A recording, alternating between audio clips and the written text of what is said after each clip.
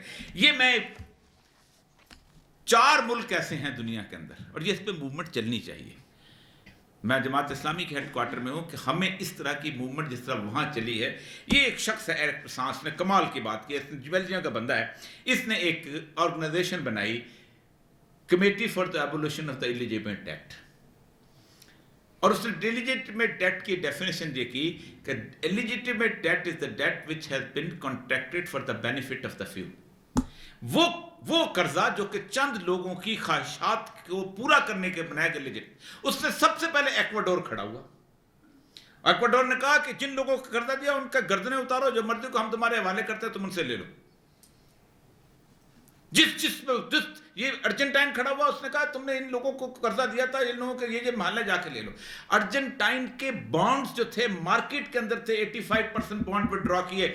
I am F کو کان سے پکڑ کے نکالا, کہا نکلو اس فائنانس منسٹری سے, تم ہوتے کون ہیں یہاں بیٹھے ہوئے. اس بندے نے 4 مختلف ملکوں کی مثال دی. پیراگوا, یہ وہ نہیں تھے کیا نام جسے کہتے ہیں نیوکلیر پاور. اسد زمان صاحب کہیں گے گزشتہ 10 سال سے ڈیٹ جوبلی کا کتنا بڑا شور ہے, دنیا اکنالج کرتی ہے. یہ روز ڈیوورس کے باہر جو لوگ کھڑے ہوئے بینر لے کے کھڑے ہوتے ہیں, جو فرانس کے اندر لوگ کھڑے ہوتے ہیں, یہ کون ہیں؟ یہ آپ کی آواز بن سکتے ہیں کہ ہم نہیں دیتے, ہم نے 13 سے 17 گنا زیادہ پیسہ تمہارا پے کر دے. We are not going to pay the debts. اور اس کے اوپر آپ, میں نے اس دن بھی کہا ان کو میں نے کہا بجائے اس کے کہ آپ حفیظ شیخ کو بلاتے ہیں, بجائے اس کے کہ آپ باکر کو بلاتے ہیں, آپ بلاؤ ان لوگوں کو جو آپ کی آواز بنتے ہیں, جو کہتے یہ ہیں کہ ڈیٹ جوبلی جب تک نہیں ہوگی یہ انسانی معاشرہ ٹھیک ہی نہیں ہو سکتا.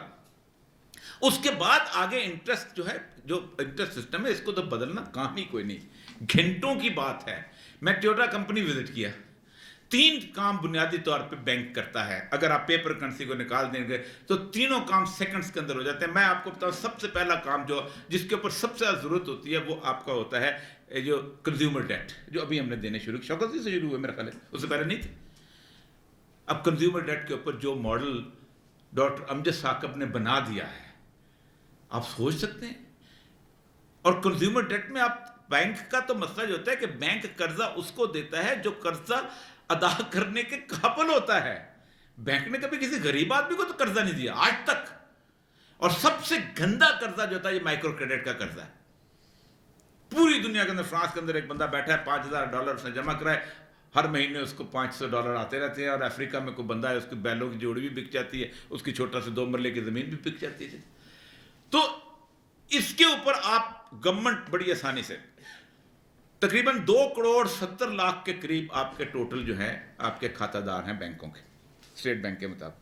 اس کا مطلب یہ ہے کہ کوئی 21 کروڑ لوگ, 19 کروڑ لوگ جو ہیں وہ بینک کی شکل نہیں دیکھتے. ان میں سے 1,90,00,000 کھاتے دار وہ ہیں جن کو میں نے دھکے دے کے بینک میں بھیجا ہوا ہے.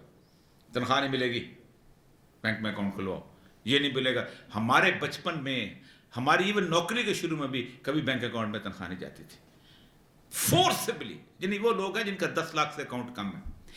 9,780 کے قریب ایسے کھاتے دار ہیں جن کی 1 کروڑ سے اوپر کی آمدنی ہے, جس کے لیے پورے کا پورا ہم نے بینکنگ سسٹم کھول کے رکھا ہوا ہے. ٹویوٹا کمپنی نے, ان کی ہوا یہ کہ ٹویوٹا کمپنی ایک دفعہ ہوا کہ انہوں نے کچھ پیسے بینک سے لون لینے تھے, اور بینک سے لون لینے وقت ان کا مالک آج سے 70 سال پہلے چلا گیا. انہوں نے کہا جی آپ اتنے بندوں کو نکالیں گے تو کمپنی سسٹینیبل ہوگی, تو تب ہم لون آپ کو دیں گے. واپس آیا, اس نے کہا ہم تو بینک نکالتے ہیں. اس نے کہا ہمارے جتنے بھی شیئرز ہیں اس میں سے 98% شیئر جو ہیں یہ پبلک کو دے دو, 2% اپنے پاس رکھو, اور خبردار میری اولاد میں کوئی شخص بینک سے قرضہ لے گا. اور خودکشی کر لی. 1 روپیہ بینک سے قرض نہیں لیتی. The biggest automobile company of the world. اور حالت اس کی یہ ہے کہ 1998 میں اس کی ایک گاڑی کے اندر ایک خرابی آ گئی تھی. انہوں نے پوری دنیا سے گاڑی وڈرا کی تھی کہ وی کین افورڈ اٹ.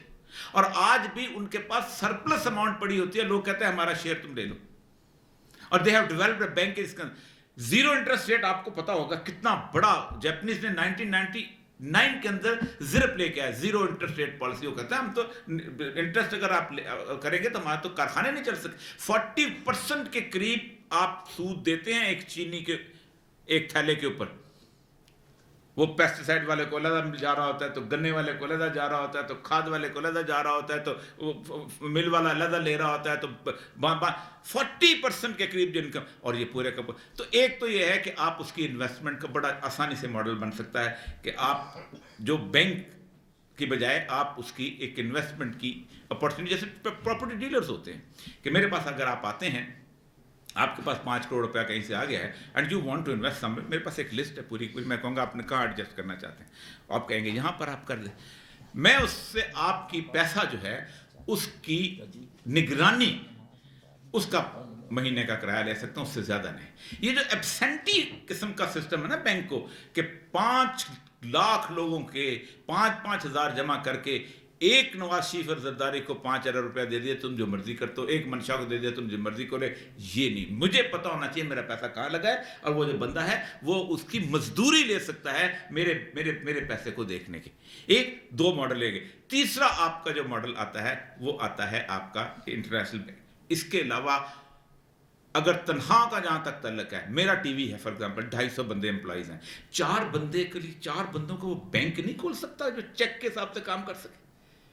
مجھے بینک جانے کی ضرورت, ایوری جو ٹریجری کا جو کانسیپٹ تھا ایک زمانے کے اندر, وہ ٹریجری آفیسر جو تھا وہ اسی طرح کا کام کیا کرتا تھا, اور اس کی کوئی تنخواہ کوئی سود نہیں ہوتا تھا.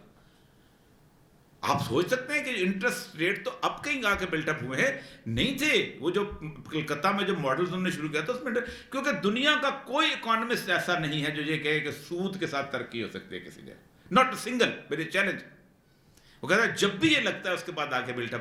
تو سود کو انٹرنیشنل ڈیٹ